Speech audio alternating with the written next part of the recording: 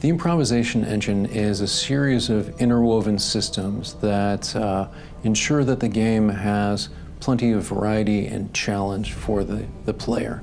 When we're developing a quest, for example, in Underworld Ascendant, we don't have a specific idea in mind of what actions the player is going to take to overcome those challenges, to meet the goals of the quest. It's really just about putting the player in an environment, in a situation with some goals, and with a variety of tools. And it's up to them to find the solution. You have these systems in the game that interact with each other.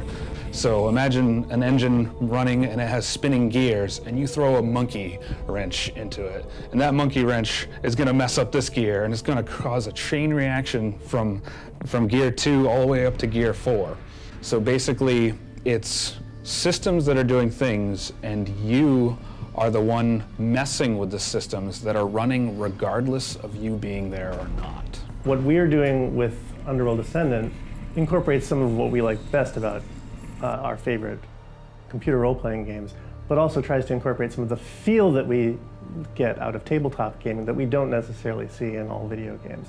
And that, for us, has a lot to do with, again, the freedom of choice that you have in a tabletop setting, the improvisational, inventive feel of gameplay, right, where you just have a game master who's presenting situations to the players, right, and whatever solution you can come up with in the context of the tools available to you is there for you to pursue. Underworld Ascendant is very heavily about player choice in many different ways. One of the first examples that we gave is a door. A door presents challenges and opportunities.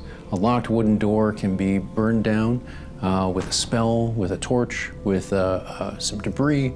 It can be lockpicked silently. It can be broken down, but the sound that occurs from that may give you some unwanted attention. Imagine those sort of interactions spread throughout a world that is also has a sort of cascading reactions on top of that.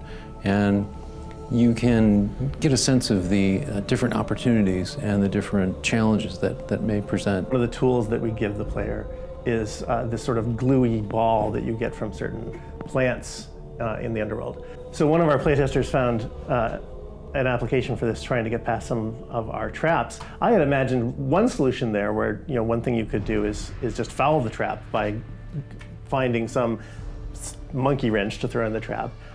Instead, she noticed the way the trap was seated in the world, right? There's a point where this trap is moving and there's a seam where it meets the stone floor.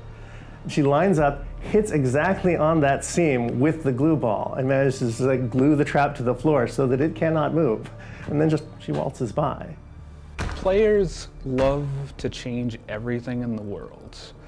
It's called agency. So agency is my player's ability to affect things in the world. And so the more that we allow players to mess with the world, even if it looks kind of broken, I think that's great. I love it because it means that players have way more to do in that game. One of the best things about the improvisation engine to me is the replayability. The idea that I can come back to a level and have a widely different experience with different quest goals, different creatures that I'm fighting, different creatures that are there that are potentially helpful. You have the space in which to solve problems in ways that we might not have even foreseen. And we've seen this where people come up with solutions to challenges that we are surprised by. There's nothing we like better than to be surprised by the way that our players solve a problem that we've posed them.